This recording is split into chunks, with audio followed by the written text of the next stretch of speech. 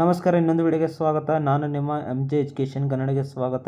9ನೇ ತರಗತಿಯ ಸಮಾಜ ವಿಜ್ಞಾನ ಭಾಗ 1ರಲ್ಲಿ ಬರುವಂಥ ಇತಿಹಾಸ 2 6ರಿಂದ 14ನೇ ಶತಮಾನದ ಭಾರತ ಅಂತ ಅಭ್ಯಾಸದ ಪ್ರಶ್ನೋತ್ತರ ನಾವು ನೋಡುವ. ಹಿಂದೆ ಎಲ್ಲ ನಿಮಗೆ ಅಭ್ಯಾಸ ಪ್ರಶ್ನೋತ್ತರಗಳು ನಾವು ನಮ್ಮ ಚಾನಲಲ್ಲಿ ನೀಡಿದ್ದೀವಿ, ಎಲ್ಲ ನೀವು ಚೆಕ್ಔಟ್ ಮಾಡ್ಕೊಳ್ಳಿ. ಸೊ ಇವತ್ತಿನ ವಿಡಿಯೋನ ಶುರು ಮಾಡೋದಕ್ಕಿಂತ ಮುಂಚೆ ನಮ್ಮ ಚಾನಲ್ ಹೆಸರಾದರೆ ಸಬ್ಸ್ಕ್ರೈಬ್ ಮಾಡ್ಕೊಳ್ಳಿ ಮತ್ತು ಬೆಲ್ ಐಕಾನನ್ನು ಆಲ್ ಅಂತ ಸೆಲೆಕ್ಟ್ ಮಾಡ್ಕೊಳ್ಳಿ. ಬನ್ನಿ, ಖಾಲಿ ಬಿಟ್ಟ ಸ್ಥಳಗಳನ್ನು ಸೂಕ್ತ ಪದಗಳಿಂದ ತುಂಬಿರಿ. ಗುರ್ಜರು, ಪ್ರತಿಹಾರರು, ರಾಜಪೂತ ಮನೆತನ ಸ್ಥಾಪಕ ಹರಿಶ್ಚಂದ್ರ. ಪೃಥ್ವಿರಾಜ್ ಚೌಹಾಣನು ಮೊದಲನೇ ತೈರಾನ್ ಕಾಲಗಳಲ್ಲಿ ಮೊಹಮ್ಮದ್ ಘೋರಿಯನ್ನು ಸೋಲಿಸಿದನು. ಮೊಹಮ್ಮದ್ ಘೋರಿಯು ಪ್ರಮುಖ ದಂಡನಾಯಕ ಕುತುಬುದ್ದೀನ್ ಐಬಕ್. ದೆಹಲಿ ಸುಲ್ತಾನರಲ್ಲಿ ಆಳ್ವಿಕೆ ಮಾಡಿದ ಪ್ರಥಮ ಮಹಿಳೆ ರಜಿಯಾ ಬೇಗಂ. ಖಿಲ್ಜಿ ವಂಶದ ಪ್ರಸಿದ್ಧ ಸುಲ್ತಾನ ಅಲ್ಲಾವುದ್ದೀನ್ ಖಿಲ್ಜಿ. ತುಘಲಕ್ರ ಕಾಲದಲ್ಲಿ ರಾಜಧಾನಿಯನ್ನು ದೆಹಲಿಯಿಂದ ದೇವರಿಗೆ ವರ್ಗಿಸಲಾಯಿತು. ತುಘಲಕ್ ಅವರು ಮಾಡಿದರು. ಕೆಳಗಿನ ಪ್ರಶ್ನೆಗಳು ಉತ್ತರಿಸಿ. ರಾಜಪೂತ್ ಅರಸರು ಸಾಹಿತ್ಯ ಕ್ಷೇತ್ರದಲ್ಲಿ ನೀಡಿದ ಕೊಡುಗೆ ವಿವರಿಸಿ. ರಾಜಪೂತ್ ಅರಸರು ವಿದ್ವಾಂಸರಿಗೆ ಪ್ರೋತ್ಸಾಹ ನೀಡುವುದರೊಂದಿಗೆ ಸಾಹಿತ್ಯ ಕ್ಷೇತ್ರಕ್ಕೆ ಕೊಡುಗೆ ನೀಡಿದ್ದಾರೆ. ಭೋಜ, ಮುಂಜಾ ಎಂಬ ರಾಜಪೂತ್ ಅರಸರುಗಳಿಗೆ ಸ್ವತಃ ವಿದ್ವಾಂಸರಾಗಿದ್ದರು. ಮುಂಜಾ ರಾಜನು ಪದ್ಮಗುಪ್ತ, ಹಲಯುಧ ಎಂಬ ಕವಿಗಳಿಗೆ ಆಶ್ರಯ ನೀಡಿದರು. ಭೋಜ ರಾಜನ ಕಾಲದಲ್ಲಿ ಶಾಂತಿಸೇನ, ಪ್ರಭಚಂದ್ರ, ಸೂರಿ, ಘನಪಾಲ ಎಂಬ ಜೈನ ಪಂಡಿತರು ಆಶ್ರಯ ಪಡೆದಿದ್ದರು.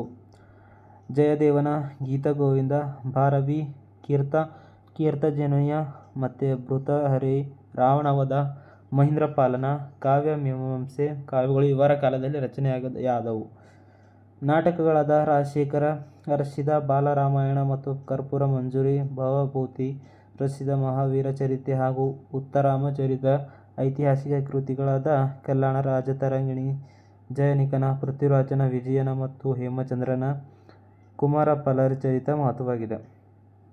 ಕಾಶ್ಮೀರ ಕಾರ್ಕೋಟ ಸಾಮ್ರಾಜ್ಯದ ಪ್ರಮುಖ ಅರಸರನ್ನು ಪಟ್ಟಿ ಮಾಡಿ.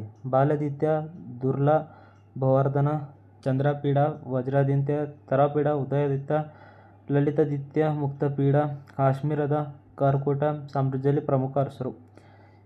ಇಲ್ತುತ್ಮಿಶ್ ಆಡಳಿತ ಪದ್ಧತಿಯನ್ನು ಸ್ಥೂಲವಾಗಿ ವಿವರಿಸಿ. ಇಲ್ತುತ್ಮಿಶ್ ರಾಜ್ಯವನ್ನು ಅನೇಕ ಯುಕ್ತಗಳನ್ನಾಗಿ ವಿಂಗಡಿಸಿದರು. ಆಡಳಿತ ನಿರ್ವಹಣೆಗಾಗಿ ಯುಕ್ತದಾರರನ್ನು ನೇಮಿಸಿದರು.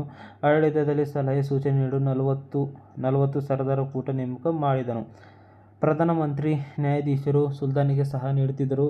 ಇಲ್ತುತ್ಮಿಶನು ಬಂಗಾರ ಮತ್ತು ಬೆಳ್ಳಿಯ ನಾಣ್ಯಗಳನ್ನು ಚಲಾವಣೆಗೆ ತಂದನು. ಇವು ಇಲ್ತುತ್ಮಿಶ್ ಆಡಳಿತ ಪದ್ಧತಿಗಳಾಗಿದ್ದವು. ಅಲ್ಲಾವುದ್ದೀನ್ ಖಿಲ್ಜಿ ಆಡಳಿತಾತ್ಮಕ ಸುಧಾರಣೆಗಳು ಯಾವುವು?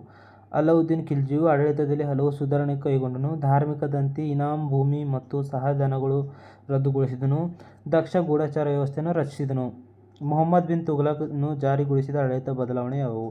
ಮುಹಮ್ಮದ್ ಬಿನ್ ತುಘಲಕ್ ಜಾರಿಗೊಳಿಸಿದ ಆಡಳಿತ ಬದಲಾವಣೆಗಳು ಸಾಮ್ರಾಜ್ಯದ ಭೂಖಂಡಕ್ಕೆ ಸಂಬಂಧಿಸಿದಂತೆ ಭೂಮಿಯ ಎಲ್ಲ ವಿವರಗಳು ಕೈಗೊಂಡು ಅಧಿಕೃತ ದಾಖಲೆ ಪುಸ್ತಕಗಳನ್ನು ತಯಾರಿಸಿದನು.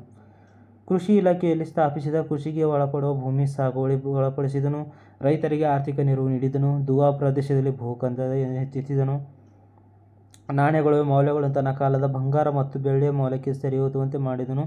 ದೀನಾರ್ ಎಂಬ ಬಂಗಾರದ ಹಾಗೂ ಅದಿಲಿ ಎಂಬ ಬೆಳ್ಳಿ ನಾಣ್ಯಗಳ ಚಲಾವಣೆಗೆ ತಂದನು. ದೆಹಲಿ ಸುಲ್ತಾನರು ಕಲೆ ಮತ್ತು ವಾಸ್ತುಶಿಲ್ಪಕ್ಕೆ ನೀಡಿದ ಕೊಡುಗೆ ಯಾವುವು? ಉದಾಹರಣೆ. ಕಲೆ ಮತ್ತು ವಾಸ್ತುಶಿಲ್ಪಕ್ಕೆ ದೆಹಲಿ ಸುಲ್ತಾನರ ಕೊಡುಗೆಗಳು. ದೆಹಲಿ ಸುಲ್ತಾನರು ಭಾರತದಲ್ಲಿ ಇಂಡೋ-ಇಸ್ಲಾಮಿಕ್ ಎಂಬ ಹೊಸ ಶೈಲಿ ವಾಸ್ತುಶಿಲ್ಪವನ್ನು ಪರಿಚಯಿಸಿದರು.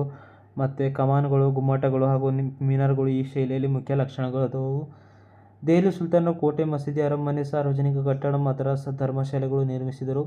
ಇಂಡೋ-ಇಸ್ಲಾಮಿಕ್ ಶೈಲಿಯಲ್ಲಿ ಉದಾಹರಣೆ. ದೆಹಲಿಯ ಕುವತ್ ಉಲ್ ಇಸ್ಲಾಂ ಮಸೀದಿ, ಕುತುಬ್ ಮಿನಾರ್, ಅಲೈ ದರ್ವಾಜಾ, ಜಮೈತ್ ಖಾನ ಮಸೀದಿಗಳು. ಮೊದಲನೇ ಪಾಣಿಪತ್ ಕದನ ಪರಿಣಾಮಗಳು.